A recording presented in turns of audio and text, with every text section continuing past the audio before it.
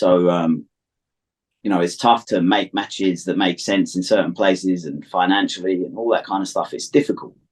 We don't always get to make the exact match, although we are now in a bit of a better position where we do have the luxury of making out of state matches if we think they make sense. But it's a logistical nightmare, as any promoter in this country will tell you. Moving people around, flights, accommodation, it's expensive, and it carries big risk. And most people don't have who promote fights in this country. There's a misconception that promoters have loads of money. I can assure you they don't. So doing these things on a shoestring budget, if there is a budget at all, is tough. But it's about making it work and getting the shows across the line and keep doing them and get that consistency. It's the only way for me to do it. You and Cam sort of have a bit of a roadmap in terms of what the 2023 sort of looks like for Eternal in terms of, getting shows to the other places. Like I know obviously we frequent Perth. Obviously Gold Coast is sort of where Eternal sort of bases itself out of, travel to Brisbane a little bit. Like, do you sort of look around anywhere else and sort of think, I know you've come to Melbourne and all that sort of thing as well, but do you guys have like anything, or do you have like a set picture in your mind where you're sort of planning on sort of going to this year? You know what? No, because we're being selfish now and we used to like to think we can come and put a decent show on. We're not trying to like camp out in someone else's town or any of this geographic tribalism. We just thought, but sometimes you don't get the support down there. And why would you go somewhere you're not getting supported? And I'm not saying anyone should support us either. But, when you go to somewhere enough times and it doesn't work and you put the Eternals fights are always good. You can guarantee people are going to turn up and have a good night of MMA. I would put it out there that you can have your money back if you don't think the fights are good. And I'd argue that you don't really know what you're talking about if you don't think the fights are good.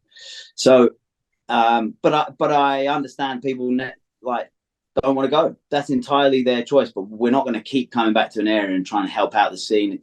Another thing with fighters these days, they don't really try and help promote the event. Whereas back in the day, it used to be really prevalent. You'd see the fighters out and about, dropping off tickets, and I understand ticketing's changed now. It's mostly digital, but even back when I used to fight, I used to go around selling tickets and trying to get people to come because I wanted my friends to watch me fight. That was part of the fun of it.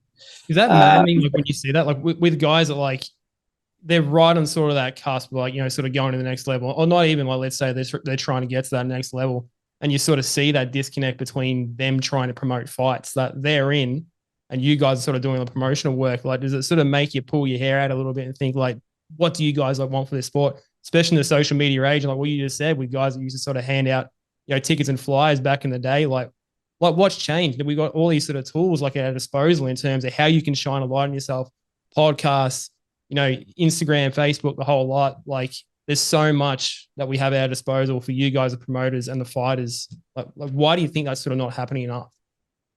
It's hard to not sit here and sound like a miserable old bastard and talk about what it was like in my day and all that kind of stuff.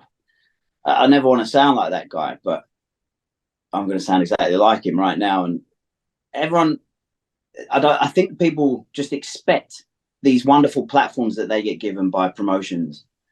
They just appear like no one has to pay. Someone's paying for that, and you're part of the cost. Whether you're getting a purse or you're paying all your own expenses, you're part of the cost because I've hired this space so you can fight in it, and that incurs a certain amount of cost. And I think people don't understand they have a responsibility, and it's actually in the contracts that they sign, that they're going to promote this fight however you can. Like if you've got 300 followers on Instagram, promote it to them. Tell your friends when you're in the gym. If you want a poster, we'll send you a poster. If you want to like a post, we'll make you a post. We do that. But just put a bit of effort in. I don't think we're going to be analysing the results at the end of it. I mean, I wouldn't have a clue how to do that anyway. But we'd like to see you. We can see your social media profiles. We know what your handles are. So we're watching you to see if you're promoting the fight. And most people don't, truth be told. And I find it's just disappointing. It's another old, I'm not angry, I'm just disappointed. But it's just disappointing. We put a lot of effort into these shows. It's hard work. Any promoter out there will tell you. It's stressful. ever changing. There's always hurdles that come up. There's always problems. You know, people get injured in this sport. There's always things to sort out. It's never a plain like, oh, we've booked this date, we've booked this thing, and this act's turning up. There's only one bad thing that can happen there, and that's them not showing up. But in MMA, it's so many different things that can happen, and we're always trying to rematch fights if they fall out, and trying to keep fighters on cards. And there's a lot that goes into it at our end that people probably don't appreciate, and why should they? But it would be nice if you could at least tell people on your social media that you're fighting. You know, tell people in your gym that you're fighting. Tell your family that you're fighting. Don't they want to come and support you? If not, find better friends. You know, but make an effort. That's all we ask. We don't expect you to sell millions of tickets. We don't. We know that some people don't like the pressure of it. I get all of that stuff. Just at least tell people what you're doing once or twice in the lead up, couple of weeks out from your fight, week out from your fight. Minimal little things, but we do look at these things now. And there will be a time where there might be two flyweights who are equally skilled to go into a match with someone. And we go, oh, this guy promotes himself and sells 30 tickets. Yep. And this guy don't do nothing. Well, we'll take this guy, regardless of, you know. And that's the same at all levels too. Yeah. Like, you scratch my back, I'll scratch yours. Like, that's just how it goes. That's life, isn't it? You look really after those both your backs because you both benefit. I mean, you benefit as a promoter. The guys will benefit, as the fighter and that sort of thing. Like, from what I sort of gauge, I mean, to me, it sort of seems like a lot of fighters, when they sort of put themselves in this position where, MMA is their entire world, it's easy for me to say because like I work within tech and all that sort of thing. I get how social media works. So right down to the base of it. So it's easy for me to say. I think like a lot of fighters and that sort of thing genuinely just don't understand or appreciate the power of it. I don't think it's necessarily like an unwillingness, like, no, I don't want to do that. Maybe it is in some regards, but I think, like, it sounds silly, but I think a lot of fighters could do with like some actual social media training, like what to do, like when to post, like posting regular, like getting your sort of face out there because, that's that rising tide with boats and all that sort of thing. Like that's a big thing. I don't disagree, but I think we're talking about two different things. I'm not asking you, a fighter, to like understand anything, create ads, like do any crazy shit like that. I don't like social media. I don't have it.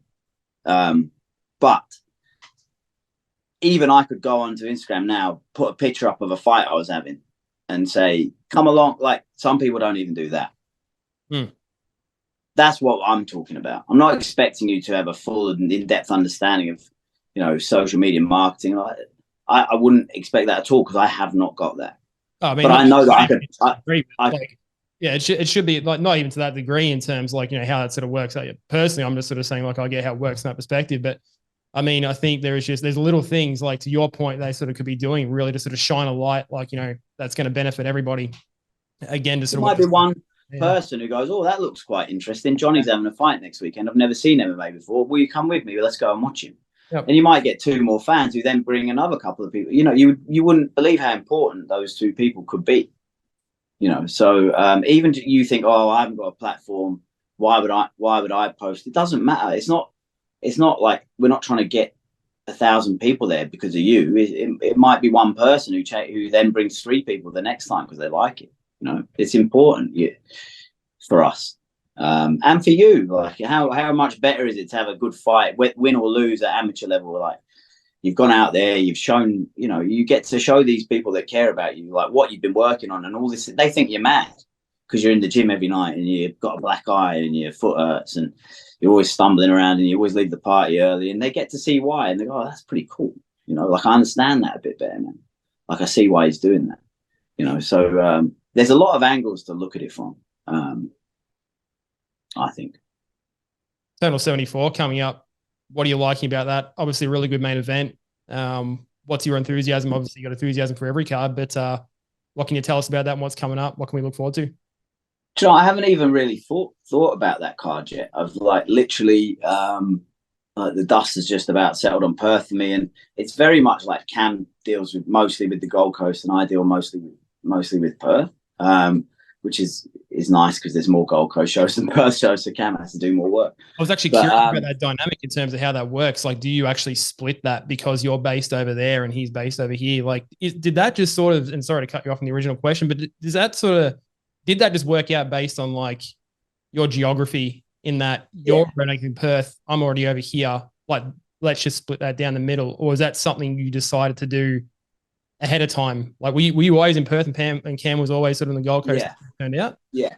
It just came about. Well, the reason that Cam and I working together came about was because Cam was like, let's do a show on the West Coast. And it made sense that, you know, I was still quite new to Australia as a whole then. So, but I had a little, like, I knew the local gyms and stuff like that. So it made more sense for me to try and match the card over here than Cam.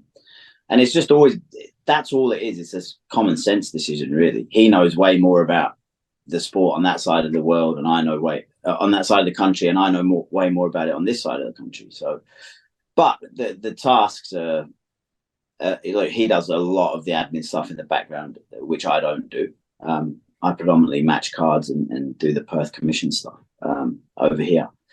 But it's just always made sense for it to be that way. But it's not to say that, you know, Cam hasn't matched a load of fights over here and I haven't matched fights over there. You know, it's a collaborative process, matchmaking, and, you know, we often throw names around and discuss fights and who we want to. We have like a real like idea of creating divisions and having the same people within those divisions creating this hierarchy. We really like that idea, but it's hard in this country because there's a small pool of fighters to make divisions from. But yeah, I love matchmaking. I love good fights. I would never purposely put a bad fight on because I have to sit there and watch it and put my name to it. And I know Cam's the same. So I keep harping on about the fights, but I really think, you know, Eternal looks great and it's a nice night out, but the fights is always where it's been at. You know, we've been in some rough places, Eternal, but we've always put good fights on in the center of the cage. And that is because Cam and I love the sport and we love good fights. And we've got a good eye for who goes well with who. And that's the best part of being a promoter. Everything else sucks. I hate it. Like, I never asked to be a promoter. I never wanted to be a promoter. I actually don't like promoters. Because I've been a coach and a fighter, it's like it's almost an instinctive dislike. You think they're always trying to get one up on you and all that kind of stuff. So yeah, wake up one day and all of a sudden you're like, oh my God, I'm a promoter as well as a coach. Like, it just sort of happened like overnight. Oh no, I actually said to Cam, do it. He said, do it. And I was like, no way, man. Never wanted to be a promoter. He was like, yeah, way. But I love Eternal. So I don't mind. Like, I don't see myself as a promoter. I let Cam be the promoter. He can be the dickhead. And although I think I do that way more often than him, but I like doing the matchmaking and I love the show. I love Eternal. I love you know, and I try and avoid as much of the politics and all that shit of promoting as possible because that's not for me. Speaking of the talent pool that you mentioned earlier, like, what do you sort of, when you look at the landscape of what you've got to work with and how that's sort of changed over, let's say, the last 5 to 10 years. Obviously, we've seen a lot of guys like go from Australia that have been in Eternal, made it to the UFC and other big promotions around the world. Like you said, obviously, we're such a spread out country and we don't have a massive talent pool, but do you notice that growing at least? Like, can we see like a trending sort of upward growth in terms of that talent pool, scarce as it may be? Yeah, absolutely. I mean, look at the depth of talent that Australia alone has in the UFC with its tiny population. And then you look at the UK, where I'm from, there's a couple of guys. The best guy doesn't get spoken about for some reason. Arnold Allen is probably one of the best dudes. Tom Aspinall's injured, but Arnold Allen's probably the best UK hope for a title at the moment outside of Tom. And he doesn't get spoke about because he's not a presence on social media. Yep. Again, you know, we talk about it at the lowest level or at the level of Eternal, but even at the highest level, with a guy that's proven himself time and time again on the world stage, he can't get a look in. It's all about Paddy Pimblett, who can't fight but talks really well, you know. But they haven't got, and then they've got Molly. So that the UK is like struggling for talent a little bit. Ireland have got Ian Gary and Conor McGregor. That's it. There's no other Irish fighters on the roster, I don't think. So, and then you look at Australia, and we've got I couldn't name them. I don't think off the top of my head. There's got to be 20. Is there 20 for Australia? Yeah. I did a count on this recently. I think it was 19, I think. Boom. Could be wrong. And you know, if you add Earth Egg to that, if it wasn't, how recent was it? Could be 20, and there could be more. You know, you've got Caleb and Joey fighting it out in May. You know, the winner of that has got a shout at going to a contender series at least, surely. You've got Rod and Justin. I'm sure that's going to get made. Although, like I say, I don't do the matchmaking for the divisions I have fighters in, so I don't know. I'm sure that fight was on the table, so I'm sure it will be back on the table. But Rod's not seen a specialist yet, and I'm not sure on Justin's recovery time. But, you know, that fight has massive ramifications in the international MMA realm, I'd say.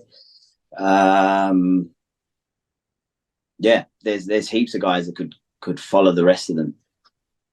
It's really, really, really high, the talent level in this country, I think. Like, what about for the women? Because, I mean, I feel like, you know, since we've had Casey and we see a couple of girls sort of making their way through, but is that coming along at the same rate? I know we've got obviously a lot more men that are involved with martial arts in every country, not just Australia, but like, what's going on with the girls? Because we're not seeing sort of as many of those sort of fights. Is there a really shallow pool for the women, for the girls at the moment? Like, is there just not enough parity in terms of matchups? Like, what can you tell us about what's going on there with the girls? Yeah, I think that you've hit the nail on the head. Like, we're desperate to start women's divisions and have women's titles active, but there's just no one to fight in them. There's just not enough girls. We need to bring more girls into the sport, and you know, the girls have to fight each other on a loop. You know, the good ones. There's only a certain few at the top, and there's only so many people for them to fight. So, yeah, it's tough with the girls. We just need to, maybe that's something we need to encourage is trying to get more girls into the gym. Yeah, with you at Scrappy MMA, like, I mean, do you see like a lot of girls like coming through, like obviously a lot of guys and that sort of thing too, but I mean, do you get a lot of girls that are interested in getting into mixed martial arts at Scrappy? We do have girls coming through, but it's a massive disparity in split, you know. Yeah, maybe 10%. Maybe 10%. Is it sort of split between, you know, maybe, and this might go for the guys too that want to sort of get involved in MMA, even just for the fitness side of things? Like, you know, do you find there's a lot of that, or is everybody getting into like MMA in a gym because they want to actually go out and have a fight, or do people just sort of do it because they just want to see what happens? Or maybe no, like most of my gym is just they come to learn. They just come to do it for fitness and interest for the most part. But there are like a lot of younger girls coming through now and stuff. So there is hope to get a few more girls active, and it takes a special kind of girl at the moment because it's so male dominated. Like you have to be really confident, and you know it's a very up close and personal art, so there's a lot of physical contact. So you have to understand that that's what you're getting yourself into. And I can understand why it would be super intimidating for a young girl who had no experience to come to this gym, and there's all people and it's all sweaty, and you know it can be quite gross. Like if you're new and it's hot in Australia, and you got, you know, so you have to. I love the girls at our gym because one, they're like a little band. They all stick together, and two, they don't take any nonsense. Like they're just a no bullshit bunch. So the lads can't even, you know, not that they would, but they get short shrift if they tried it on, or not in a like a, but any sort of way. The girls ain't standing for it, and I love the scrappy girls, but we need more of them, and it is something that is on my list of priorities of something to encourage at the gym, is to get these young girls in and make some good fighters, some good female fighters. It's a goal of mine. So we'll see how it goes. Yeah, we need more girls to follow Casey into the UFC or any of those big promotions, of course. Obviously, she's got her fight coming up in London. Would have loved to have seen her on the Australian card, albeit it was a bit soon for her with the injury. But yeah. Speaking of the injuries, you just said, like, obviously Rod's yet to see a specialist. You know, we don't know what's going on necessarily with Justin, albeit I did speak to him recently about his sort of timeline and when he hopes to come back. But like, what's going on with what can you tell us about Jack Becker? How's he sort of coming along with his recovery? And is there anything you can shed a bit of light on there for us in terms of what his timeline's looking like? Yeah, he's a different guy. Like he's coped with this whole thing so well. He's held himself back, whereas perhaps his body might have felt like it was all right to go. So he's been very diligent with his rehab. He's just started sort of light goes again. So we're getting there with Jack. Maybe like mid to late this year, we would like to see him fighting again. Back into the title picture straight away? I think he deserves to be. And I think he's going to be fine just going straight back into whatever fight presents itself there.